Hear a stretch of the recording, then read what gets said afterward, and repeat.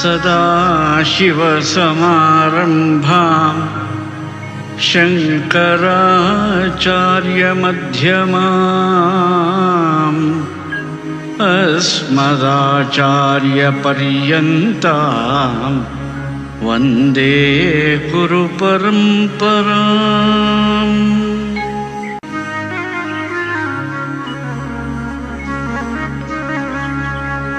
देवानां च ऋषीणां च गुरुं काञ्चन सन्निभम् बुद्धिभूतं त्रिलोकेशं तं नमामि बृहस्पतिम्। गुरवे सर्वलोकानां भिषजे भवरोगिणां निधये सर्वविद्यानां दक्षिणामूर्तये नमः। शङ्करं शङ्कराचार्यं केशवं बादरायणं सूत्रभाष्यकृतौ वन्दे भगवन्तौ पुनः पुनः। श्रुतिस्मृतिपुराणानाम् आलयं करुणालयं नमामि भगवत्पादं शङ्करं लोकशङ्करम्। भारती करुणापात्रं भारती पदभूषणं भारती पदमारूढं भारती तीर्थमाश्रये। विद्या विनय संपन्नं वीतरागं विवेकिनं वन्दे वेदान्त तत्त्वज्ञं विधुशेखर भारतीम्। शङ्कराचार्य सच्छिष्यं ज्ञानिराजं तपस्विनं नैष्कर्म्य सिद्धिकर्तारं सुरेश्वरमहं भजे। वन्दे तं सच्चिदानन्दं यतिवर्यं महामतिं वेदान्तसारज्ञं सद्गुरुं प्रणतोऽस्म्यहम् श्रीगुरुं प्रणतोऽस्म्यहम्। सर्वात्मा सर्वदृग्योऽसौ सर्वाध्यासनिरासकृते सततं सन्निधत्तां मे हृदये परमशिवः। सूत्रभाष्य प्रणेतारौ वेदान्ताब्ज प्रभाकरौ वन्दे परस्परात्मानौ बादरायण शङ्करौ। श्रीमच्छङ्कर भगवत् पूज्यपादमः सद्गुरुभ्यो नमः। श्री श्री सच्चिदानन्देन्द्र सरस्वती सद्गुरुपादुकाभ्यां नमः। श्री श्री सुरेश्वराचार्य सद्गुरुपादुकाभ्यां नमः। नमो नमः सद्गुरुपादुकाभ्यां। सद्गुरु भक्तರು ಮುಮುಕ್ಷ ಸಾಧಕರು ವೇದಾಂತ ಪ್ರಿಯರು ಭಗವದ್ಭಕ್ತರು ಆಗಿರುವ ವೇದಾಂತಿಗಳಾದ ಆತ್ಮೀಯ ಪ್ರೇಮಾತ್ಮ ಸ್ವರೂಪಿಗಳಾದ ತಮ್ಮೆಲ್ಲರಿಗೂ ಇಂದಿನ ಸುಪ್ರಭಾತವನ್ನು ಹೇಳುತ್ತಾ, ಇಂದು ಶ್ರೀ ಪರಾಭವನಾಮ ಸಂವತ್ಸರದಲ್ಲಿ ಉತ್ತರಾಯಣ ವಸಂತ ಋತು ಚೈತ್ರ ಮಾಸ ಶುಕ್ಲ ಪಕ್ಷ ಅಷ್ಟಮಿ ತಿಥಿ ಆರ್ದ್ರ ನಕ್ಷತ್ರ ಶೋಭನ ಯೋಗ ಭವಕರಣ ವಾರ ಗುರುವಾರ. ಇಂದಿನ ಸುಪ್ರಭಾತವನ್ನು ತಮ್ಮೆಲ್ಲರಿಗೂ ತಿಳಿಸುತ್ತಾ 2026ನೇ ಇಸ್ವಿ ಮಾರ್ಚ್ ಮಾಹೆಯಲ್ಲಿ 26ನೇ ತಾರೀಖಿನ ಗುರುವಾರದ ಶುಭೋದಯವನ್ನು ತಮ್ಮೆಲ್ಲರಿಗೂ ಹೇಳುತ್ತಾ ಇಂದಿನ ನೈಷ್ಕರ್ಮ್ಯ ಸಿದ್ಧಿ ಬಾ ಶಬ್ದ ಕೇಳಿದ್ರೆ ಆನಂದ.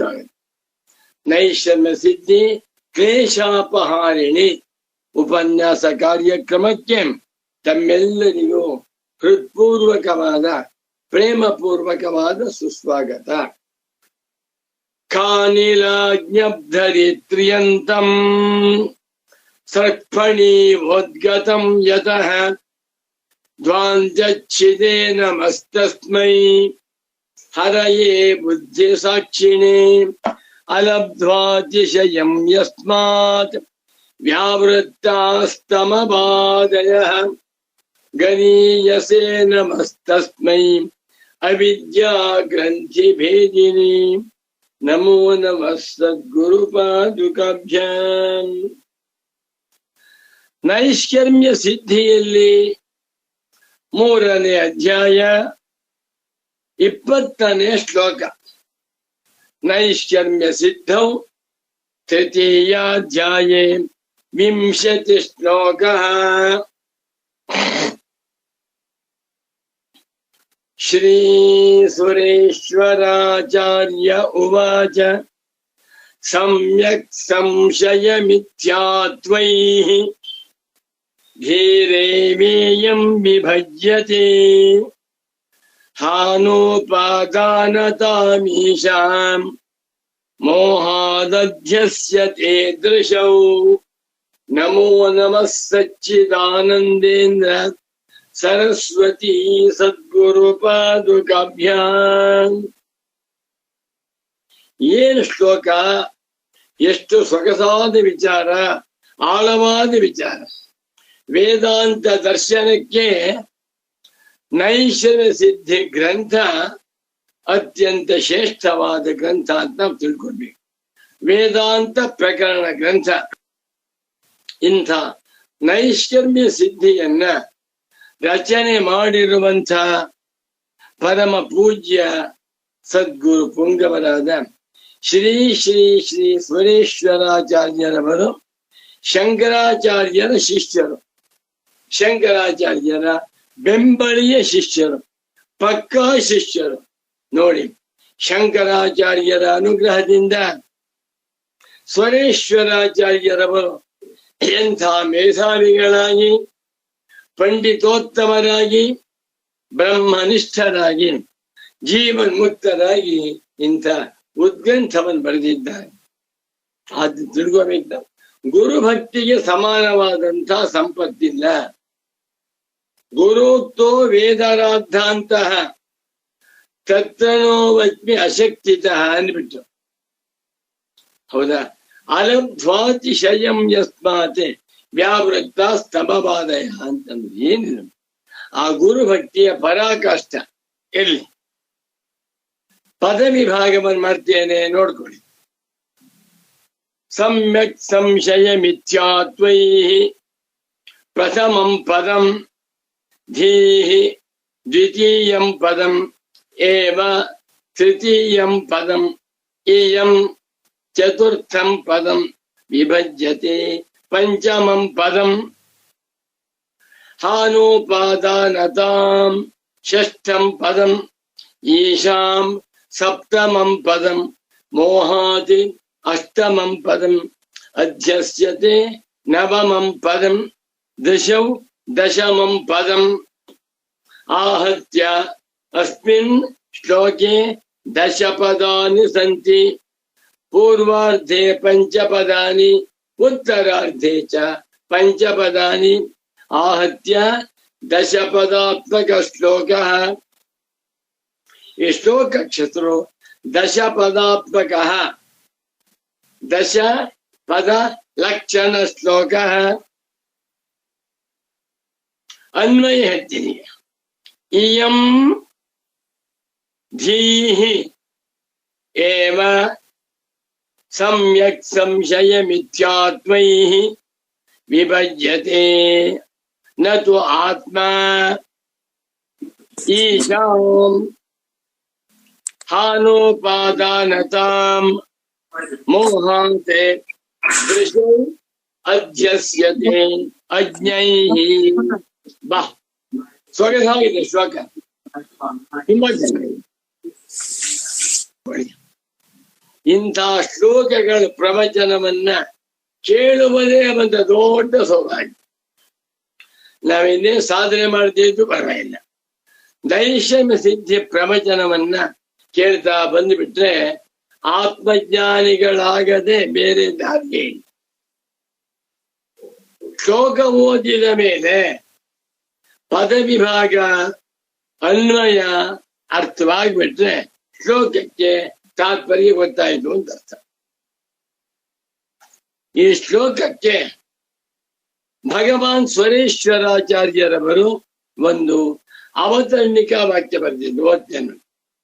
ತಯೋ ಕೂಟಸ್ಥ ಪರಿಣಾಮಿನೋ ಆತ್ಮಬುದ್ಧ್ಯೋ ಅಂಡರ್ಸ್ಟುಡ್ ಆತ್ಮಾನವಬೋಧ ಏವ ಸಂಬಂಧ ಹೇತು ನ ಪುನಃ ವಾಸ್ತವ ಕಶ್ಚಿದಪಿ ಸಂಬಂಧ ಉಪಪದ್ಯತೆ ಇತ್ಯಾಹ ಭಗವಾನ್ ಸ್ವರೇಶ್ವರಾಚಾರ್ಯಃ ಇತ್ಯಾಹ ಆಗಾಮಿ ಶ್ಲೋಕಃ.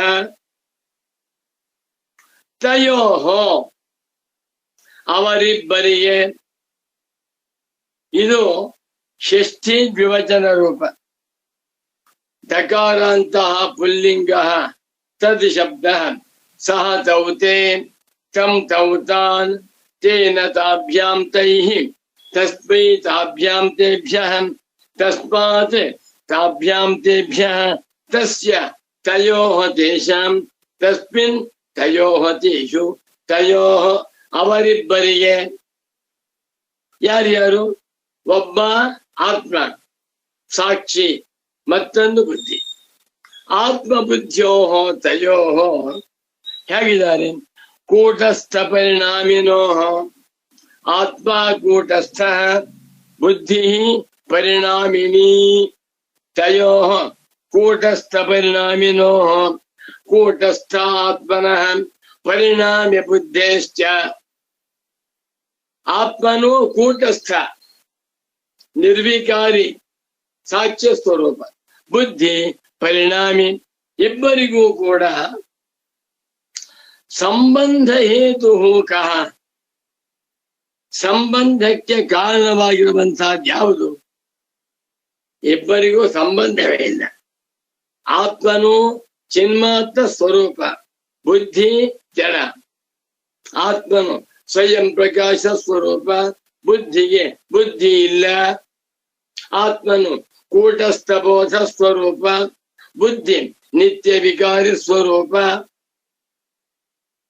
ಆತ್ಮನು ಸತ್ಯ ತತ್ವ, ಬುದ್ಧಿ ಅವಿದ್ಯಾ ಕಲ್ಪಿತ. ಎರಡಕ್ಕೂ ಕೂಡ ಯಾವ ರೀತಿಯಲ್ಲಿಯೂ ಹೊಂದಾಣಿಕೆ ಇಲ್ಲ. ಆದರೆ ಸಂಬಂಧ ಹೇತು ಕಹ, ಈ ಭೂಮಿಯ ಮೇಲಿರುವ ಎಲ್ಲ ಮಾನವರು ಕೂಡ ನಾನೇ ಬುದ್ಧಿ, ಬುದ್ಧಿಯೇ ನಾನು ಎಂದು ಮಾಡಿಕೊಂಡಿದ್ದಾರಲ್ಲ. ಇದಕ್ಕೆ ಏನು ಕಾರಣ? ಬುದ್ಧಿಗೂ ಆತ್ಮನಿಗೂ ಯಾವ ಅರ್ಥದಲ್ಲಿಯೂ ಹೊಂದಾಣಿಕೆ ಇಲ್ಲ. ಎಲ್ಲರೂ ಕೂಡ ಬುದ್ಧಿಯನ್ನ ನಾನು ಅಂತ ಮಾಡ್ಕೊಂಡಿದ್ದಾರಲ್ಲ. ಇದಕ್ಕೆ ಏನು ಕಾರಣ ಅಂತ ಕೇಳಿದ್ರೆ, ಆತ್ಮಾನವಬೋಧ ಏವ ಆತ್ಮನಃ ಅನವಬೋಧ ಆತ್ಮಾನವಬೋಧ. ಆತ್ಮನನ್ನ ಸರಿಯಾಗಿ ತಿಳಿದುಕೊಳ್ಳದಿರುವುದೇ ನಾನ್ comprehension of the self is the root cause for the relation between Atman and Buddhi. ಆತ್ಮನ ಸ್ವರೂಪವನ್ನ ಸರಿಯಾಗಿ ತಿಳ್ಕೊಂಡು ಬಿಟ್ಟಿದ್ದರೆ, ಆತ್ಮ ಅವಬೋಧವಾಗಿ ಬಿಟ್ಟಿದ್ದರೆ, ಆತ್ಮನನ್ನ ಅನಾತ್ಮವಾದಂತಹ ಬುದ್ಧಿ ಎಂದು ಯಾರೂ ತಿಳಿಯುತ್ತಿರಲಿಲ್ಲ. ಏನ್ ಸ್ವಾಮಿ ಆಶ್ಚರ್ಯ! ಈ ಭೂಮಿಯ ಮೇಲಿರುವ 1,000 ಕೋಟಿ ಮಾನವರು ಕೂಡ ನಾನು ಬುದ್ಧಿ ಅಂತ ತಿಳ್ಕೊಂಡಿದ್ದಾರೆ. ಯಾಕೆ? ಆತ್ಮನ ತಿಳ್ಕೊಂಡಿಲ್ಲ. ಆತ್ಮನಃ ಅನವಬೋಧ, ಆತ್ಮನಃ ಅವಿವೇಕ, ಆತ್ಮನಃ ಅಗ್ರಹಣಂ, ಆತ್ಮಾಗ್ರಹಣವೇ ಸಂಬಂಧಕ್ಕೆ ಹೇತು ಅಂದರೆ ಅಜ್ಞಾನವೇ ಸಂಬಂಧಕ್ಕೆ ಹೇತು. ನ ಪುನಃ ಇಷ್ಟೇ ಬರ್ತವೆ ನತು ವಾಸ್ತವ ಕಶ್ಚಿದಪಿ ಸಂಬಂಧ ಆತ್ಮಬುದ್ಧಿಯೋ ಉಪಪದ್ಯತೆ. ಆತ್ಮನಿಗೂ ಬುದ್ಧಿಗೂ ಕೂಡ ನಿಜವಾಗಿ ಯಾವ ತರಹದ ಸಂಬಂಧವಿದೆ. ಬ್ರಹ್ಮಜ್ಞಾನಿ ಹೇಳ್ತಾನೆ ಇರುವುದೇ ಆತ್ಮ, ಆತ್ಮನಿಗಿಂತ ಭಿನ್ನವಾಗಿ ಬುದ್ಧಿ ಇಲ್ಲವೇ ಇಲ್ಲ. ಏನಾದ್ರೂ ಅಜ್ಞಾನಿಗಳು ಬುದ್ಧಿ ಇದೆ ಅಂತ ತಿಳ್ಕೊಂಡಿದ್ರೆ ಅದು ಅವಿದ್ಯಾ ಕಲ್ಪಿತ, ಅದು ಅನೃತ, ಅದು ಅಚೇತನ, ಅದು ಜಡ. ಇಷ್ಟೇ ಬರ್ತವೆ. ವಿಚಾರ ಮಾಡಿ ನೋಡಿದಾಗ ಆತ್ಮನಿಗೂ ಬುದ್ಧಿಗೂ ಯಾವ ಯಾವ ಸಂಬಂಧವೂ ಇಲ್ಲ. ನೋಡಿ, ಒಂದು ಮನೆ ಕಟ್ಟಿಸ್ಕೊಂಡಿದ್ದಾನೆ, ಸುಂದರವಾದ ಮನೆ ನಾನು ಅಂದ್ಕೊಂಡ್ಬಿಡ್ತಾನೆ. ಏನು ಸಂಬಂಧ? ಮನೆ ಹುಟ್ಟುವುದಕ್ಕಿಂತ ಮುಂಚೆ ನಾನಿದ್ದೆ.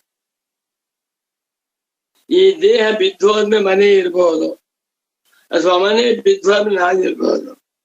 ಈ ಮನೆಯನ್ನ ನಾನು ಅಂತ ಮಾಡ್ಕೊಂಡಿದ್ದೇನಲ್ಲ, ಇದಕ್ಕೇನು ಕಾರಣ? ಅಧ್ಯಾಸ. ಅಧ್ಯಾಸ ಕಾರಣವೇನು? ಆತ್ಮ ಸ್ವರೂಪ ಅನವಬೋಧ ಏವ. ಈ ಪ್ರಪಂಚದಲ್ಲಿ ಎಲ್ಲರೂ ಕೂಡ ಅಧ್ಯಾಸವುಳ್ಳವರಾಗಿದ್ದಾರೆ. ಅಧ್ಯಾಸ ದ್ವಿವಿಧ. ಒಂದು ಮಿಥ್ಯಾತ್ಮಾಧ್ಯಾಸ, ಮತ್ತೊಂದು ಗೌಣಾತ್ಮಾಧ್ಯಾಸ. ಮಿಥ್ಯಾತ್ಮಾಧ್ಯಾಸ, ದೇಹವನ್ನ ನಾನು ಅಂತ ಮಾಡ್ಕೊಂಡಿದ್ದೇನೆ, ಮಿಥ್ಯಾತ್ಮಾಧ್ಯಾಸ. ಮನೆಯನ್ನ, ಗಂಡನನ್ನ, ಹೆಂಡತಿಯನ್ನ, ಮಕ್ಕಳನ್ನ, ಗುರುವನ್ನ ನಾನು ಅಂತ ಮಾಡ್ಕೊಂಡಿದ್ದೇನೆ, ಗೌಣಾಧ್ಯಾಸ. ಇದಕ್ಕೇನು ಕಾರಣ ಅಂತಂದ್ರೆ ಅನವಬೋಧ ಏವ. ಬಹಳ ಚೆನ್ನಾಗಿದೆ. ಮತ್ತೊಮ್ಮೆ ಒತ್ತೆ ನೋಡ್ಕೊಳ್ಳಿ. ತಯೋ ಕೂಟಸ್ಥ ಆತ್ಮ ಪರಿಣಾಮಿ ಬುದ್ಧಿಯೋ ಸಂಬಂಧ ಹೇತು ಆತ್ಮಾನವಬೋಧ ಏವ. ಆತ್ಮನ ಸ್ವರೂಪವನ್ನ ಸರಿಯಾಗಿ ತಿಳಿದುಕೊಳ್ಳದಿರುವುದೇ ಸಂಬಂಧ ಕಾರಣ. ವೇದಾಂತ ಏನ್ ಮಾಡ್ತಾ ಇರುತ್ತೆ? ಆತ್ಮಾನವಬೋಧವನ್ನು ತಳಿ ಹಾಕ್ತಾ ಇದೆ. ಬಾ, ಆತ್ಮಾನವಬೋಧ, ಆತ್ಮಾಜ್ಞಾನ, ಆತ್ಮ ವಿವೇಕ. ಆತ್ಮನನ್ನ ನೀನು ಸರಿಯಾಗಿ ತಿಳ್ಕೊಂಡ್ಬಿಟ್ರೆ, ತತ್ವಮಸಿಯಿಂದ ಅರ್ಥ ಮಾಡ್ಕೊಂಡ್ಬಿಟ್ರೆ, ಆಗ ಬುದ್ಧ್ಯಾಧ್ಯಾಸವೂ ಇಲ್ಲ, ದೇಹಾಧ್ಯಾಸವೂ ಇಲ್ಲ, ಪ್ರತ್ಯಧ್ಯಾಸವೂ ಇಲ್ಲ, ಯಾವ ಅಧ್ಯಾಸವೂ ಇಲ್ಲ. ಅಧ್ಯಾಸರಹಿತನಾಗಿ ನಂದತಿ ನಂದತಿ ನಂದತ್ಯೇವ. ಏನ್ ಜ್ವರ ಇದೆ? ಈಗ ವೇದಾಂತ ಏನ್ ಮಾಡ್ತಾ ಇದೆ? ಇಂಥ ಆತ್ಮಾನವಬೋಧವನ್ನು ತಳ್ಳಿ ಹಾಕ್ತಾ ಇದೆ. ಅಸ್ಯಾನರ್ಥ ಹೇತೋ ಪ್ರಹಾಣಾಯ ಆತ್ಮೈಕತ್ವ ವಿದ್ಯಾ ಪ್ರತಿಪತ್ತಯೇ ಸರ್ವೇ ವೇದಾಂತ ಆರಭ್ಯಂತೆ. ಏನ್ ಬರೆದಿದ್ದ ಶಂಕರಾಚಾರ್ಯ? ಏನು ಶಂಕರಾಚಾರ್ಯರೆಂಬ ಗುರುಗಳು, ಏನು ಸುರೇಶ್ವರಾಚಾರ್ಯರೆಂಬ ಶಿಷ್ಯರು, ಏನು ಸಚ್ಚಿದಾನಂದೇಂದ್ರ ಸರಸ್ವತಿ ಸ್ವಾಮಿಗಳೆಂಬ ವ್ಯಾಖ್ಯಾನಕಾರ. ಬಾಬಾ ಬಾಬಾ ಬಹಳ ಚೆನ್ನಾಗಿದೆ. ಮುಂದಕ್ಕೆ ಹೋಗ್ಬಿಡ್ತೇನೆ. ಇಲ್ಲಿ ಏವಕಾರ ನೋಡಿ, ಆತ್ಮಾನವಬೋಧ ಏವ ಸಂಬಂಧ ಹೇತು.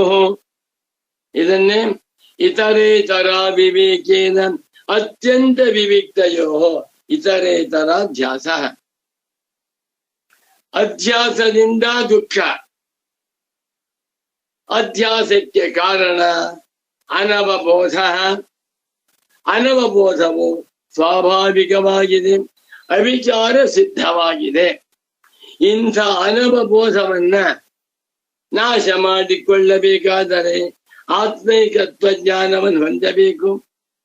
ಆತ್ಮೈಕತ್ವ ಜ್ಞಾನ ಬರಬೇಕಾದ್ರೆ ವೇದಾಂತ ವಾಕ್ಯಾರ್ಥ ಶ್ರವಣ ಮಾಡಬೇಕು.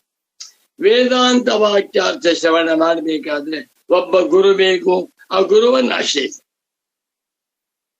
ಏನ್ ಗುರು ಅಂದ್ಬಿಟ್ರೆ ಒಬ್ಬ ಮನುಷ್ಯನಲ್ಲ, ಪಾಂಡಿತ್ಯ ಪೂರ್ಣವಾಗಿರುವಂತ ಒಬ್ಬ ವಿದ್ವಾಂಸನಲ್ಲ.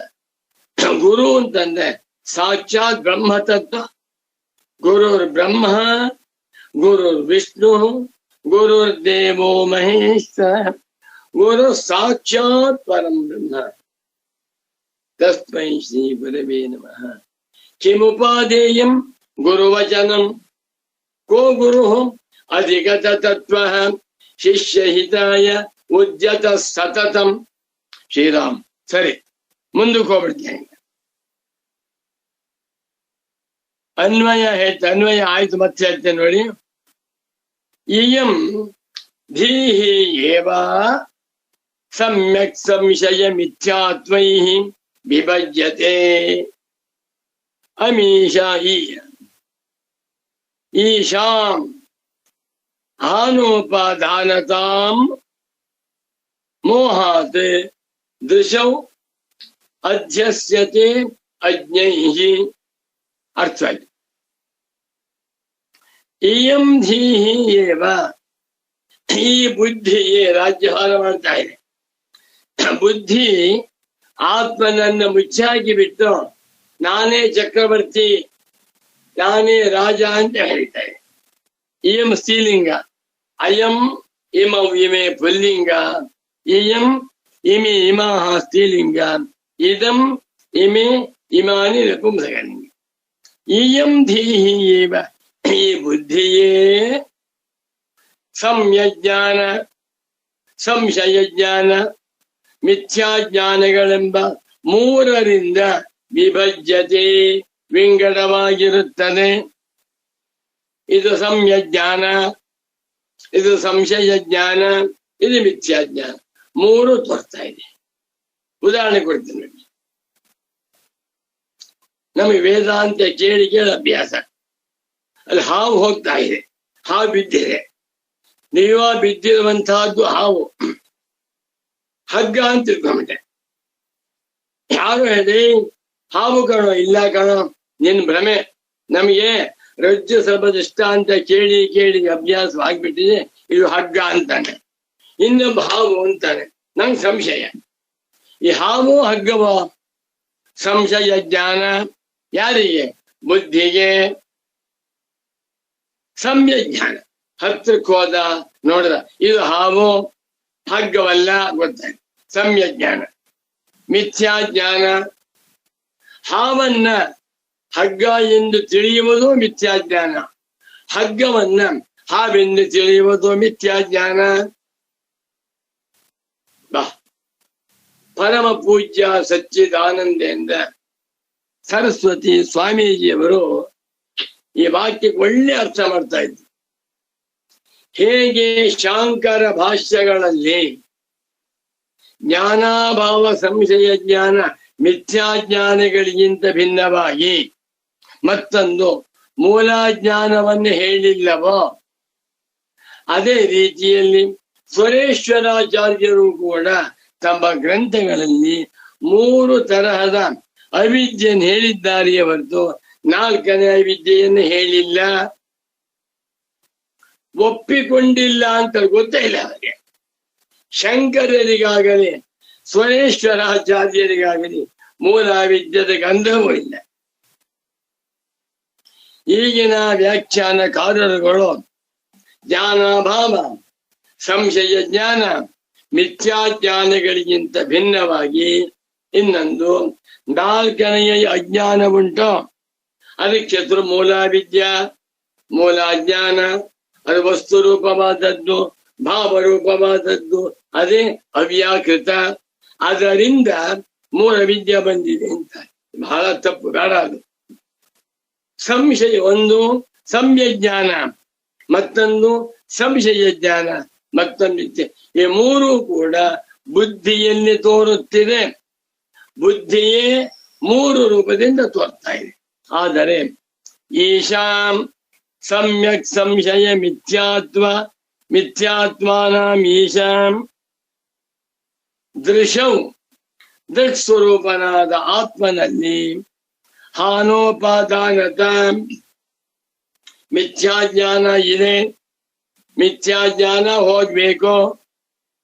ಸಂಶಯ ಜ್ಞಾನವಿದೆ, ಸಂಶಯ ಜ್ಞಾನ ಹೋಗ್ಬೇಕು. ಸಮ್ಯಕ್ ಜ್ಞಾನವಿಲ್ಲ, ಸಮ್ಯಕ್ ಜ್ಞಾನ ಬರಬೇಕು. ಹಾನೋಪಾದಾನತ ಸಂಶಯ ಮಿಥ್ಯಾತ್ವಯೋ ಹಾನತ ಸಮ್ಯಕ್ ಜ್ಞಾನಸ್ಯ ಉಪಾದಾನತ. ನನಗೆ ಮಿಥ್ಯಾಜ್ಞಾನ ಹೋಗ್ಬೇಕಪ್ಪ, ನನಗೆ ಸಂಶಯ ಜ್ಞಾನ ತೊಲಗಬೇಕು, ನನಗೆ ಸಮ್ಯಕ್ ಜ್ಞಾನ ಬರಬೇಕು ಎಂದು ಆತ್ಮನಲ್ಲಿ ಈ ಇವುಗಳ ಹಾನೋಪಾದಾನತೆಯನ್ನ ಮೋಹದಿಂದ ಅಜ್ಞಾನಿಗಳು ಅಧ್ಯಾಸ ಮಾಡಿದ್ದಾರೆ. ಇದು ಕರ್ಮಣಿ ಪ್ರಯೋಗ. ಯಾವುದು? ದೃಶೌ ಮೋಹಾತಿ ಅಧ್ಯಸ್ಯತೆ ಕರ್ತರಿಯತೆ. ಅಜ್ಞಾಹ ಜನಾಃ ದೃಶೌ ಮೋಹಾತ್ ಅಧ್ಯಸ್ಯಂತಿ. ರಾಮ್ ರಾಮ್ ರಾಮ್ ರಾಮ್. ಹಾನೋಪಾದಾನತಾಂ ದೃಶೌ ಆತ್ಮನಿ ಅಧ್ಯಸ್ಯಂತಿ. ಆ ಸಂಬಂಧಪಟ್ಟಿರುವಂತಹದ್ದು ಬುದ್ಧಿಗೆ. ಬುದ್ಧಿಯಲ್ಲಿ ಸಂಯಜ್ಞಾನ, ಬುದ್ಧಿಯಲ್ಲಿ ಸಂಶಯ ಜ್ಞಾನ, ಬುದ್ಧಿಯಲ್ಲಿ ಮಿಥ್ಯಾಜ್ಞಾನ. ಇದನ್ನು ಅರ್ಥ ಮಾಡಿಕೊಳ್ಳದೆ ನನಗೆ ಮಿಥ್ಯಾಜ್ಞಾನವಿದೆ, ನನಗೆ ಸಂಯಜ್ಞಾನವಿಲ್ಲ, ನನಗೀಗ ಮಿಥ್ಯಾಜ್ಞಾನ ಹೋಗಬೇಕು, ಸಂಯಜ್ಞಾನ ಬರಬೇಕು. ಎಂಥ ವಿವೇಕ! ಸೂರ್ಯನಿಗೆ ಕತ್ತಲೆ ಹೋಗ್ಬೇಕು, ಬೆಳಕು ಬರಬೇಕು. ಕತ್ತಲೆ ಆಯ್ತು, ನನಗೆ ಕತ್ತಲೆ, ಭೂಮಿ ಕತ್ತಲೆ. ಪಾಪ ಸೂರ್ಯನಿಗೆ ಆಯಾಸವಾಗಿದೆ, ಮಲಿಕೊಂಡ್ಬಿಟ್ಟಿದ್ದಾನೆ, ಕತ್ತೆ ಆಗಿದೆ. ಸೂರ್ಯ ಬೇಗ ಬಾರಪ್ಪ ಬೆಳಿಗ್ಗೆ ಅಂತ ಕರೀತೇನೆ, ಬಂದ. ಇವಾಗ ಬೆಳಕು ಬಂತು. ಕತ್ತಲೆ ಬೆಳಕುಗಳು ಸೂರ್ಯನಿಗ, ಭೂಮಿಯ ಮೇಲಿರುವಂತಹ ಮಾನವರಿಗ. ಅದೇ ರೀತಿಯಲ್ಲಿ ಆತ್ಮನಲ್ಲಿ ಸಂಯಜ್ಞಾನ, ಸಂಶಯ ಜ್ಞಾನ, ಮಿಥ್ಯಾಜ್ಞಾನ ಯಾವುದೂ ಇಲ್ಲ. ನಿತ್ಯ ಚೈತನ್ಯ ಸ್ವರೂಪ ಆತ್ಮ, ಸ್ವಯಂ ಜ್ಯೋತಿ ಸ್ವರೂಪ ಆತ್ಮ, ಸ್ವಯಂ ಪ್ರಕಾಶ ಸ್ವರೂಪೇ ಆತ್ಮನಿ ಯಾವುದೂ ಇಲ್ಲ. ಬಹಳ ಚೆನ್ನಾಗಿ ಅರ್ಥವಾಯ್ತಲ್ವೇ? ಇಯಂ ಧೀಹಿ ಏವ, ಈ ಬುದ್ಧಿಯೇ ಸಂಯಜ್ಞಾನ, ಸಂಶಯ ಜ್ಞಾನ, ಮಿಥ್ಯಾಜ್ಞಾನಗಳೆಂಬ ರೂಪದಿಂದ ವಿಭಜ್ಯತೆ, ಹರಡಿಕೊಂಡಿದೆ. ಆದರೆ ಇದು ಅರ್ಥ ಮಾಡಿಕೊಳ್ಳದೆ ಅಮೀಷಾಂ, ಈ ಮೂರರ ಹಾನೋಪಾದಾನತೆಯನ್ನ, ಮೂರರಲ್ಲಿ ಎರಡು ಹಾನ, ಮೂರರಲ್ಲಿ ಒಂದು ಉಪಾದಾನ. ಯಾರಿಗೆ? ದೃಶವು, ನನಗೆ ಆಗ್ಬೇಕು ಎಂದು ಮೋಹದಿಂದ ಆತ್ಮನಲ್ಲಿ ಅಧ್ಯಾಸ ಮಾಡಿಕೊಂಡು ಒದ್ದಾಡುತ್ತಿದ್ದಾರೆ. ನನ್ನ ಉಪನ್ಯಾಸವಾಯಿತು. ಈಗ ಒತ್ತ ನೋಡಿ. ಪರಮ ಪೂಜ್ಯ ಸಚ್ಚಿದಾನಂದೇಂದ್ರ ಸರಸ್ವತಿ ಸ್ವಾಮಿಗಳವರ ಕ್ಲೇಶಾಪಹರಣಿ ವ್ಯಾಖ್ಯಾನ ಅದ್ಭುತವಾಗಿದೆ. ಅಥ ಇದಾನೀಂ, ಇದು 299ನೇ ಪುಟ, ಕ್ಲೇಶಾಪಹರಣಿ ಗ್ರಂಥ, 20ನೇ ಶ್ಲೋಕ. ಅದಕ್ಕೆ ಕ್ಲೇಶಾಪಹರಣಿ ಓದ್ತೇನೆ. ಆತ್ಮಬುದ್ಧ್ಯೋ ಸಂಬಂಧ ಹೇತು ಆತ್ಮಾನವಬೋಧ ಏವ. ಎಷ್ಟು ಕ್ಲಾರಿಟಿ ಇದೆ! ಬಾ ಬಾ, ಪರಮಾಶ್ಚರ್ಯ. ಸಚ್ಚಿದಾನಂದೇಂದ್ರ ಸರಸ್ವತಿ ಸ್ವಾಮಿಯವರಿಗೆ ನೈಶ್ಚರ್ಯ ಸಿದ್ಧಿ ಗ್ರಂಥದ ಬಗ್ಗೆ, ಅರ್ಥದ ಬಗ್ಗೆ ಕ್ಲಾರಿಟಿ ಇರುವಂತೆ ಹರಿಹರ ಬ್ರಹ್ಮರಿಗೂ ಇಲ್ಲ, ಯಾರಿಗೂ ಇಲ್ಲ. ಎಷ್ಟು ಜನ ಬರೀತಾರೆ ಗುರು. ಆತ್ಮ ಬುದ್ಧಿಯೋ, ಮೂರದಲ್ಲಿಲ್ಲ. ಆತ್ಮನಿಗೂ ಬುದ್ಧಿಗೂ ಸಂಬಂಧ ಹೇತು. ಸಂಬಂಧಕ್ಕೇನ್ ಕಾರಣ? ಆತ್ಮನಿಗೂ ಬುದ್ಧಿಗೂ ಸಂಬಂಧವೇ ಇಲ್ಲ. ಆತ್ಮನು ಸತ್ಯ, ಬುದ್ಧಿ ಮಿಥ್ಯ. ಆತ್ಮನು ಚೈತನ್ಯ ಸ್ವರೂಪ, ಬುದ್ಧಿ ಅಚೇತನ ಜಡ. ಆತ್ಮನು ಸ್ವಯಂ ಪ್ರಕಾಶ, ಬುದ್ಧಿಗೆ ಬುದ್ಧಿ ಇಲ್ಲ. ಹೀಗಿದ್ದರೂ ಸಹಿತ ಆತ್ಮ ಬುದ್ಧಿಯೋ ಸಂಬಂಧ ದುಃಖ. ನಾನೇ ಬುದ್ಧಿ, ನಾನು ಬುದ್ಧಿವಂತ ಅಂತ ಮಾಡ್ಕೊಂಡಿದ್ದಾನಲ್ಲ, ಈ ಸಂಬಂಧಕ್ಕೆ ಏನು ಕಾರಣ ಅಂತಂದ್ರೆ ಆತ್ಮಾನವಬೋಧ ಏವ. Good heading. ಆತ್ಮನನ್ನ ಸರಿಯಾಗಿ ತಿಳಿದುಕೊಳ್ಳದಿರುವುದೇ ಕಾರಣ. ಅತ ಇದಾನೀಂ ಲಕ್ಷಣ ಭೂತಯೋ ಆತ್ಮಬುದ್ಧ್ಯೋ ಸಂಬಂಧ ಹೇತು ಅಜ್ಞಾನಂ ಅನುವದತಿ ತಸ್ಯ ವಾಕ್ಯಜ್ಞಾನ ನಿವರ್ತ್ಯತ್ವ ಪ್ರದರ್ಶನಾರ್ಥಂ. ಬ್ಯೂಟಿಫುಲ್ ಆಗಿ ಇಲ್ಲಿ ಎರಡಕ್ಕೂ ಸಂಬಂಧಕ್ಕೆ ಕಾರಣ ಅಜ್ಞಾನ ಅಂತ ತೋರಿಸಿ, ಇಂಥ ಅಜ್ಞಾನವನ್ನ ಕಳಚಿಕೊಳ್ಳಬೇಕಾದ್ರೆ ವಾಕ್ಯ ಜ್ಞಾನದಿಂದ ಕಳಚಿಕೊಳ್ಳಬೇಕು. ಅಸ್ಯಾನರ್ಥ ಹೇತು ಅಪ್ರಹಾಣಾಯ ಆತ್ಮೈಕತ್ವ ವಿದ್ಯಾ ಪ್ರತಿಪತ್ತಯೇ ಸರ್ವೇ ವೇದಾಂತ ಆರಭ್ಯಂತಿ. ಇದೇನು ಗೊತ್ತಾಗುತ್ತೆ ಅಂದ್ರೆ, ಮುಮುಕ್ಷ ಜನಗಳು, ನಿಜವಾದ ತತ್ವ ಜಿಜ್ಞಾಸು ಸಾಧಕರು ಮಾಡಬೇಕಾದ ಸಾಧನ ವೇದಾಂತ ವಾಕ್ಯಾರ್ಥ ಶ್ರವಣ. ಆ ಸಮಯದಲ್ಲಿ ಎಲ್ಲವನ್ನು ಹೇಳಿ. ಅದು ಊಟ ಸಮಯ 1 ರಿಂದ 2. ಅದೇ ಸಮಯದಲ್ಲಿ ವೇದಾಂತ ಪ್ರವಚನವಾಗ್ತಾ ಇದೆ. ಊಟವನ್ನ ಬಿಟ್ಟು ಪ್ರವಚನವನ್ನು ಕೇಳು. ಪೂಜಾ ಮಾಡ್ತಾ ಇದ್ದಾರೆ. ಪೂಜಾ ಸಮಯ ಬೆಳಿಗ್ಗೆ 6:30 7:30, 1 ಗಂಟೆ. 50 ವರ್ಷದಿಂದ ಪೂಜೆ ಮಾಡ್ತಾ ಇದ್ದಾರೆ. ಅದೇ ಸಮಯದಲ್ಲಿ ವೇದಾಂತ ಪ್ರವಚನವಾಗ್ತಾ ಇದೆ. ಪೂಜೆಯನ್ನು ಕೈ ಬಿಡು, ಪ್ರವಚನವನ್ನು ಕೇಳು. ಇನ್ಯಾವುದು ಧ್ಯಾನ ಸಮಯ ಬೆಳಿಗ್ಗೆ 4:15 ಗಂಟೆಯಿಂದ 5 ಗಂಟೆ ಧ್ಯಾನ ಮಾಡ್ತಾ ಇದ್ದಾನೆ. ಅದೇ ಸಮಯದಲ್ಲಿ ವೇದಾಂತ ಪ್ರವಚನವಾಗ್ತಾ ಇದೆಯಾ, ಧ್ಯಾನವನ್ನ ಕೈ ಬಿಡು, ವೇದಾಂತ ಪ್ರವಚನವನ್ನ ಕೇಳು. ಶ್ರವಣಕ್ಕೆ ಅದ್ಭುತವಾದ ಸ್ಥಾನ ಕೊಟ್ಟಿದ್ದಾರೆ ಎಲ್ಲಾ ಬ್ರಹ್ಮಜ್ಞಾನಿಗಳು. ಶಂಕರ ಭಗವತ್ ಪೂಜ್ಯ ಪಾದಾಚಾರ್ಯರಂತೂ ಶ್ರವಣದಿಂದಲೇ ಜ್ಞಾನಾತ್ಪತ್ತಿ ಅಂತ ಹೇಳ್ತಾರೆ. ನಾವೊಂದು ಪುಸ್ತಕ ಬರೆದಿದ್ದೇನೆ, ಅದ್ರ ಹೆಸರು ಶ್ರವಣದ ಮಹತ್ವ ಅಂದ್ಕೊಂಡಿದ್ದೇನೆ. ಧ್ಯಾನದ ಮಹತ್ವಕ್ಕಿಂತಲೂ, ಪೂಜಾ ಮಹತ್ವಕ್ಕಿಂತಲೂ, ಧ್ಯಾನದ ಮಹತ್ವಕ್ಕಿಂತಲೂ ಹೆಚ್ಚಿನ ಮಹತ್ವವುಳ್ಳದ್ದು ಶ್ರವಣ. ಶ್ರವಣಕ್ಕೆ ಸಮಾನವಾದ ಸಾಧನವಿಲ್ಲ. ಆ ಶ್ರವಣವನ್ನ ಮಾಡಬೇಕಾದರೆ ಗುರುವಿನ ಉಪನ್ಯಾಸವನ್ನು ಕೇಳ್ತಾ ಬರ್ಬೇಕು. ಇದು ಹೇಳ್ತಾ ಇದ್ದಾರೆ ಗುರುಗಳು, ವಾಕ್ಯ ಜ್ಞಾನ ನಿವರ್ತ್ಯತ್ವ ಪ್ರದರ್ಶನಾರ್ಥಂ. ವಾಕ್ಯ ಜ್ಞಾನದಿಂದ, ವೇದಾಂತ ವಾಕ್ಯ ಜ್ಞಾನದಿಂದ, ಶ್ರವಣ ಮಾಡುವುದರಿಂದ ಆತ್ಮಜ್ಞಾನ ಉಂಟಾಗಿದೆ. ಆತ್ಮಜ್ಞಾನ ಉಂಟಾಯ್ತು, ಕತ್ತಲೆ ಹೋದ. ಅಜ್ಞಾನ ಹೋಗಬೇಕಾದರೆ, ಅನವಬೋಧ ತೊಲಗಬೇಕಾದರೆ ಶ್ರವಣ ಒಂದೇ ಸಾಧನ. ಆದ್ದರಿಂದ ಮುಂದುವರುತ್ತದೆ. ಬೃಹದಾರಣ್ಯ ಗೋಪನಿಷತ್ತಿನಲ್ಲಿ ಭಗವಾನ್ ಯಾಜ್ಞವಲ್ಕ್ಯರು ತಮ್ಮ ಪ್ರಿಯ ಪತ್ನಿಯಾದ ಮೈತ್ರೇಯಿ ಹೇಳ್ತಾರೆ, ಆತ್ಮಾವಾರೇ ದ್ರಷ್ಟವ್ಯ. ಮೈತ್ರೇಯಿ, ಈ ಪ್ರಪಂಚದಲ್ಲಿ ದ್ರಷ್ಟವ್ಯ ಪದಾರ್ಥಗಳು ಕೋಟಿ ಉಂಟು. ಆತ್ಮ ವೈ ಅರೇ ದ್ರಷ್ಟವ್ಯ, ಆತ್ಮನನ್ನೇ ಕಾಣಬೇಕು.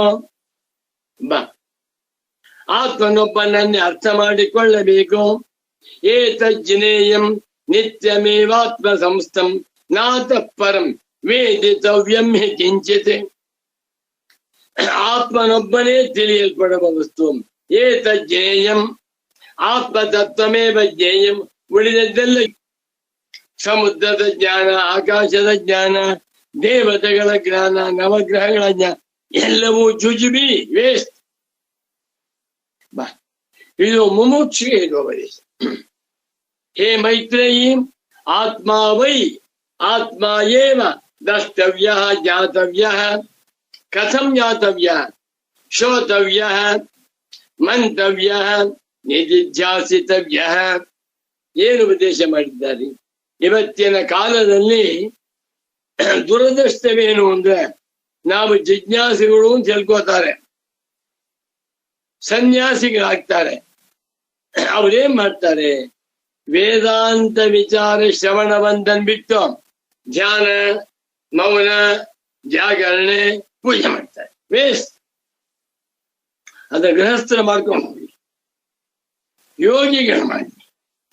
ಮುಮುಕ್ಷುಗಳಿಗೆ ಬೇಕಾದದ್ದು ಮೋಕ್ಷ ಫಲ. ಮೋಕ್ಷ ಫಲಕ್ಕೆ ಸಾಧನವಾದದ್ದು ಆತ್ಮಜ್ಞಾನ. ಆತ್ಮದರ್ಶನ. ಆತ್ಮದರ್ಶನಕ್ಕೆ ಸಾಧನವಾದದ್ದು ಶ್ರವಣ, ಮನನ, ನಿಧಿಧ್ಯಾಸನ. ಸಾಕು. ಮುಂದಕ್ಕೆ ಹೋಗ್ಬಿಡ್ತೇನೆ. ಸಮ್ಯಕ್ ಸಂಶಯ ಮಿಥ್ಯಾತ್ವೈಃ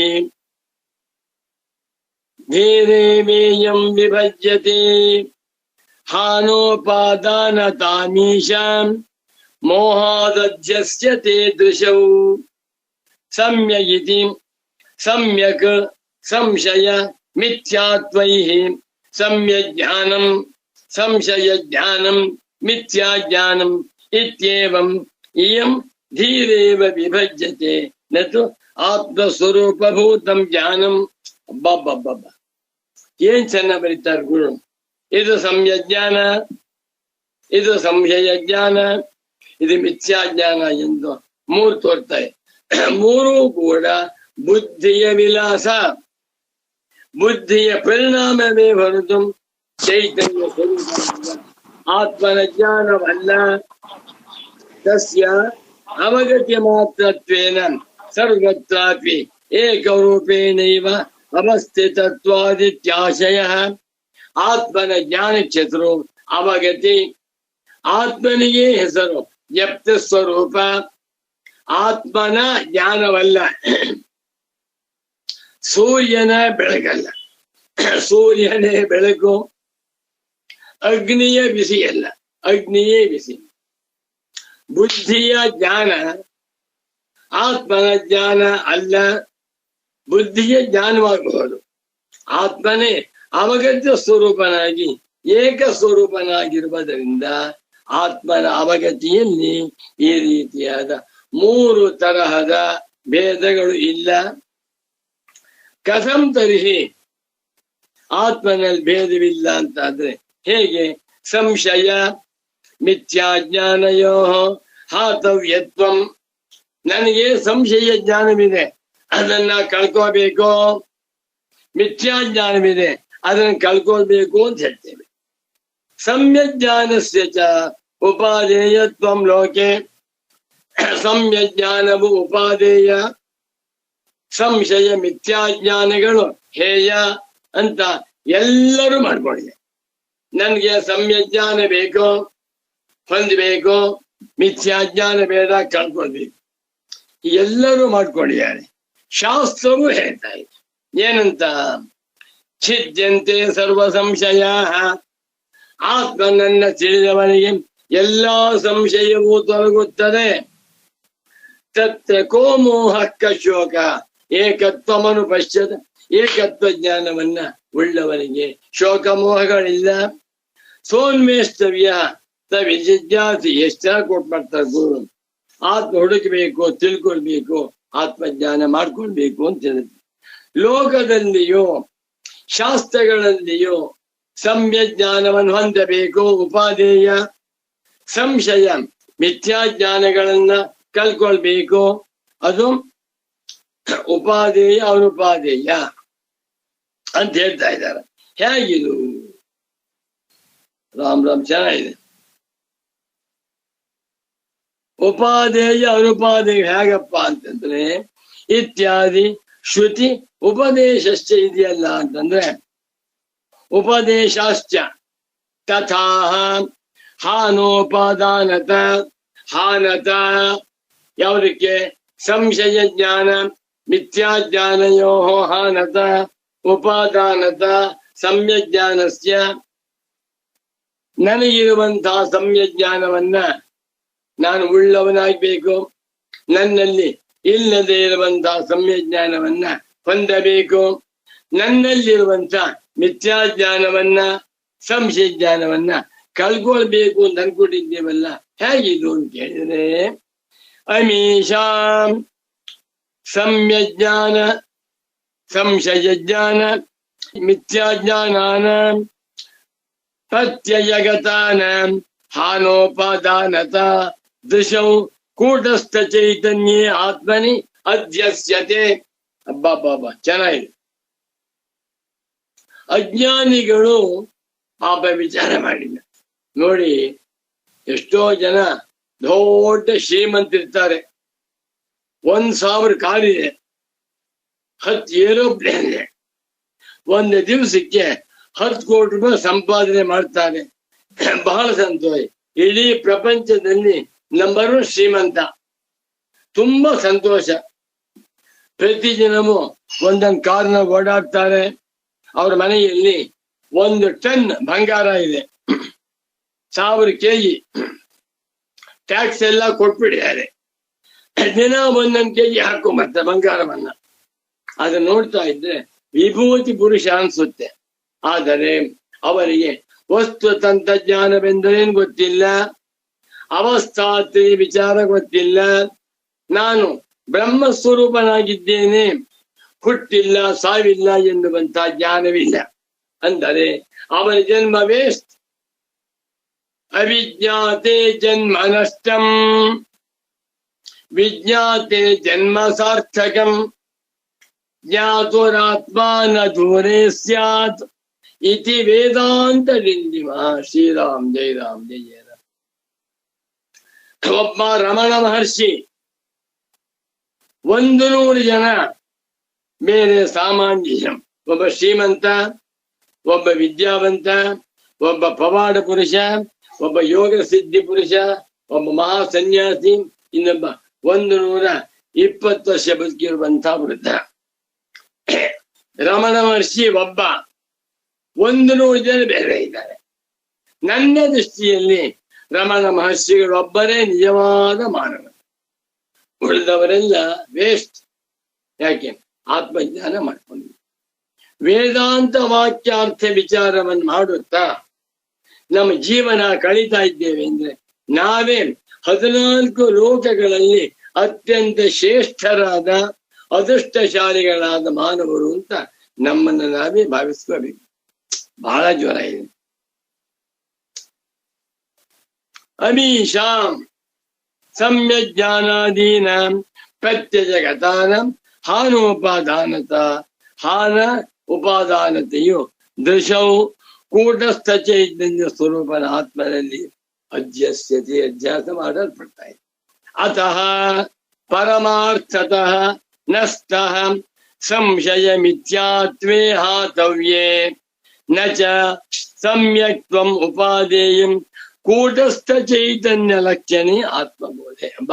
ಆದ್ದರಿಂದ ಕೂಟಸ್ಥ ಚೈತನ್ಯ ಸ್ವರೂಪನಾಗಿರುವ ನನ್ನಲ್ಲಿ ಪರಮಾರ್ಥತಃ ನಿಜವಾಗಿ ಸಂಶಯ ಮಿಥ್ಯಾತ್ವೇ ಸಂಶಯಶ್ಚ ಮಿಥ್ಯಾತ್ವಂಚ ಸಂಶಯ ಮಿಥ್ಯಾತ್ವೇ ದ್ವಿವಚನ ಇವೆರಡೂ ಕೂಡ ನಸ್ತಃ ಅಸ್ತಿ ಸ್ತಃ ಸಂತಿ ನಾಸ್ತಿ ಏಕವಚನ, ನಸ್ತಃ ದ್ವಿವಚನ, ನ ಭವಂತಿ ಬಹುವಚನ. ನನ್ನಲ್ಲಿ ನಿಜವಾಗಿ ಸಂಶಯ ಜ್ಞಾನವಾಗಲಿ ಮಿಥ್ಯಾ ಜ್ಞಾನವಾಗಲಿ ಇಲ್ಲ, ಬಿಡಬೇಕಾದ್ದು ಇಲ್ಲ, ಅಥವಾ ಸಮ್ಯ ಜ್ಞಾನವನ್ನ ಹೊಸದಾಗಿ ಸಂಪಾದನೆ ಮಾಡಿಕೊಳ್ಳಬೇಕಾದ್ದು ಇಲ್ಲ ಅಂತ ತಿಳಿಯುವುದೇ ಆತ್ಮಜ್ಞಾನ. ಉಪದೇಶ ಸಹಸ್ರಿಯಿಂದ ಪೂಜ್ಯ ಸದ್ಗುರುಗಳು ವಾಕ್ಯಾನ ಹೇಳಿ ಜ್ಞಾಪಕ ಬರ್ತಾ ಇದೆ ಈಗ. ಯಾವುದು? ದೇಶ ಕಾಲಾದ್ಯ ಸಂಬಂಧಾತ್ ದೇಶಾದೇರ್ ಮೋಹ ಕಾರ್ಯತಃ ನಾನುತ್ಪನ್ನಮದಗ್ಧಂ ವಾ ಜ್ಞಾನಮಜ್ಞಾನಮಸ್ತ್ಯತಃ. ಒಂದು ವಾಕ್ಯ. ಆತ್ಮನಿಗೂ ದೇಶಕಾಲಾದಿಗಳಿಗೂ ಸಂಬಂಧವಿಲ್ಲದ್ದರಿಂದ ಆತ್ಮನು ದೇಶಕಾಲಾತೀತ ತತ್ವ.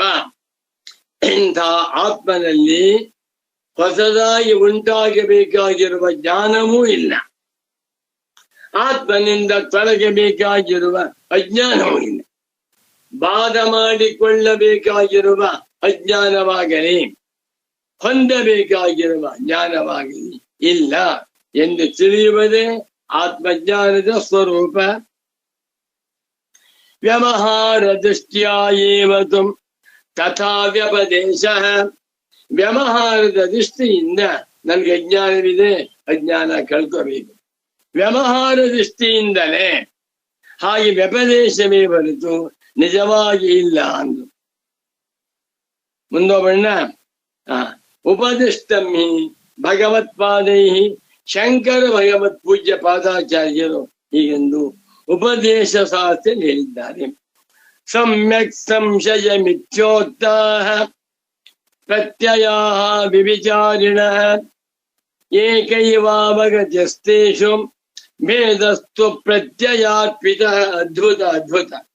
ಸಚ್ಚಿದಾನಂದೇಂದ್ರ ಸರಸ್ವತಿ ಮಹಾಸ್ವಾಮಿಗಳವರು ಅವರ 88ನೇ ವಯಸ್ಸಿನಲ್ಲಿ ಬರೆದಿರುವಂತ ಪರಿಪಕ್ವ ಗ್ರಂಥ ಯಾವುದು? ಕ್ಲೇಶಾಪಹಾರಣಿ.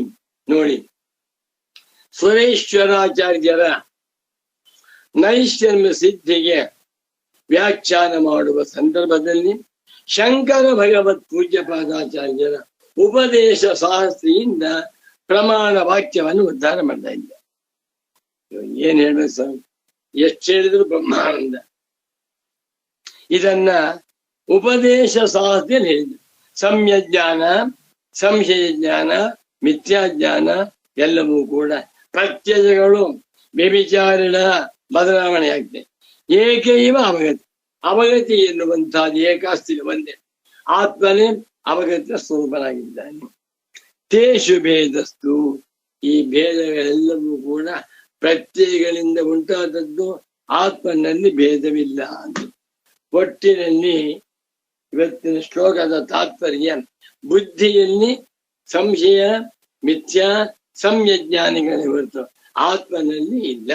ಇದನ್ನ ಅರ್ಥ ಮಾಡ್ಕೊಂಡ್ಬಿಟ್ರೆ ಬ್ರಹ್ಮಜ್ಞಾನಿಗಳೇ ಆಗ್ಬೇಕು. ಓದ್ತೇನೆ ಶ್ಲೋಕವನ್ನ. 3:20.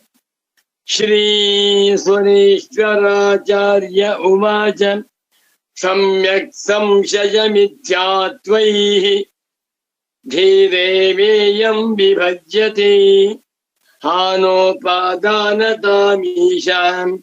ಮೋಹಾದಧ್ಯಸ್ಯತೆ ದಶೌ ಕಾನಿಲಾಜ್ಞಭ್ಯರಿತ್ಯಂತಂ ಸರ್ಪಣೀವೋದ್ಯತಂ ಯತಃ ಧ್ವಾಂತಚ್ಛಿದೇ ನಮಸ್ತಸ್ಮೈ ಹರಯೇ ಬುದ್ಧಿಸಾಕ್ಷಿಣೇ ಯಸ್ಮಾತ್ ವ್ಯಾವೃತ್ತಾಸ್ತಮಬಾಧಯಃ ಗರೀಯಸೇ ನಮಸ್ತಸ್ಮೈ ಅವಿದ್ಯಾಗ್ರಂಥಿಭೇದಿನೇ ನಮೋ ನಮಃ ಸದ್ಗುರುಪಾದುಕಾಭ್ಯಾಂ.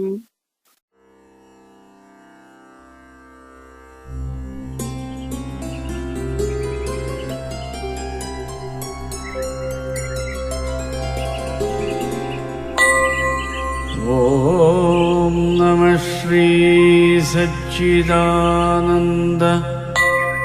ಯತಿರಾಜಾಯ ಧೀಮತೆ ಅದ್ವೈತಾನಂದ ತೃಪ್ತಾಯ ಜೀವನ್ಮುಕ್ತಾಯ ತೇ ನಮಃ. ಜೀವನ್ಮುಕ್ತಾಯ ತೇ ನಮಃ.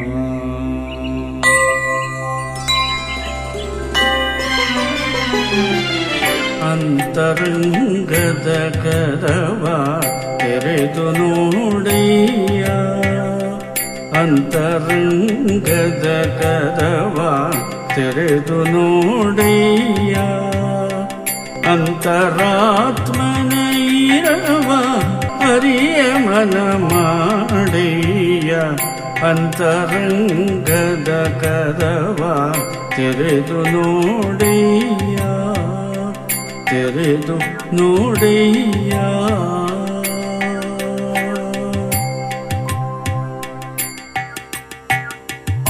ಈ ಕಣ್ಣು ಕಾಣದೆ ಆ ಜ್ಯೋತಿ ಬೆಳಕಂದೆ.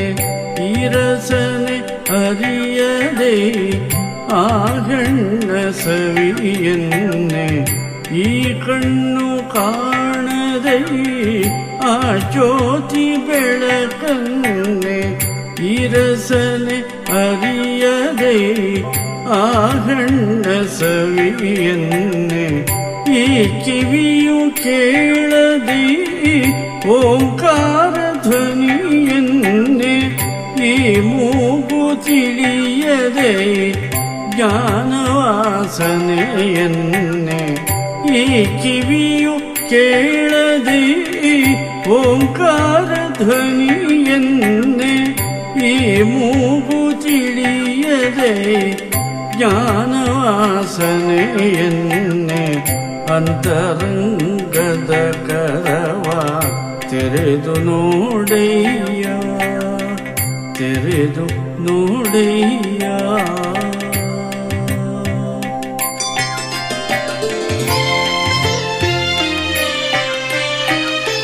ದೇಹವೇ ದಿವ್ಯರಥ ಇಂದ್ರಿಯಗಳೇ ಕುದುರೆ ಜೀವಾತ್ಮ ಸಾರಥಿಯು ದಾರಿ ಸಾಗುತ್ತಿರೆ. ದೇಹವೇ ದಿವ್ಯರಥ ಇಂದ್ರಿಯಗಳೇ ಕುದುರೆ ಜೀವಾತ್ಮ ಸಾರಥಿಯು ದಾರಿ ಸಾಗುತ್ತಿರೆ. ಕಡಿವಾಣ ಬಿಗಿ ಹಿಡಿದು ಮೋಹವನೆ ಸದೆ ಪಡೆದು ಸತ್ಯ ಮಾರ್ಗದೆ ನಡೆದು ಮನವನೊಂದಡೆ ನಿಲ್ಲಿಸಿ.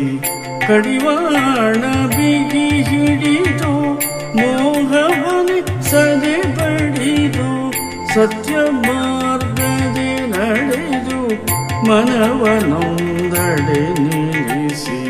ಸತ್ಯ ಮಾರ್ಗದೆ ನಡೆದು ಮನವನೊಂದೆಡೆ ನಿಲ್ಲಿಸಿ.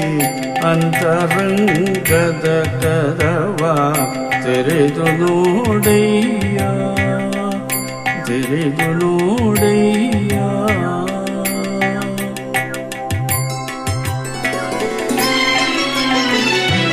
ಸೊಗವಾಗಿ ನಗೆಯೇಕೆ ದುಗುಡದಲ್ಲಿ ಕದಿಯೇಕೆ ಸೊಗವ್ಯಾವುದೆಂಬುದನು ಅರಿತಿಹೆಯೇ ಮರುಳೇ.